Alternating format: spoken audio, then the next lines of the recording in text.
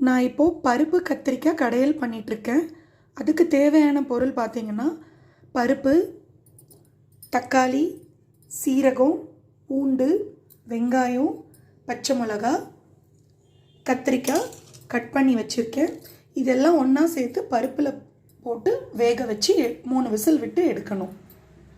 பருப்பு கத்திரிக்காய் இந்த அளவுக்கு வெந்து வந்ததுக்கப்புறம் இவ்வளோ புளி சேர்த்துக்கிறேன்.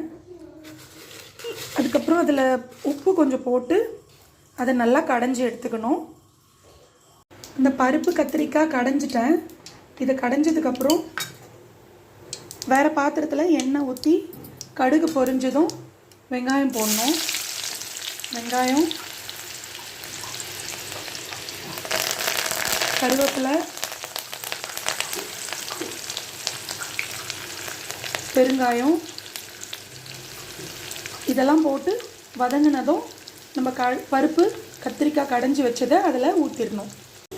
இந்த தாளிப்பு இந்த அளவுக்கு பொன்னிறமாக ஆனதுக்கப்புறம் நம்ம கடைஞ்சி வச்ச பருப்பு கத்திரிக்காவை இதில் ஊற்றிடணும்.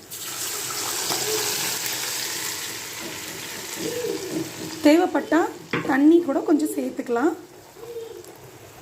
நான் பண்ண இந்த பருப்பு கத்திரிக்காய் கடையல் ரெடி ஆயிடுச்சு. ஆஃப் பண்ணிவிட்டு கொத்தமல்லி மேலே போட்டேன். ஃபைனலி பருப்பு கத்திரிக்காய் கடையல் இப்படி தான் இருக்கும். டேஸ்ட்டுமே நல்லாயிருக்கும். இட்லி, தோசை, சப்பாத்தி, சாப்பாடு எல்லாத்துக்குமே நல்லாயிருக்கும். ட்ரை பண்ணி பாருங்கள்.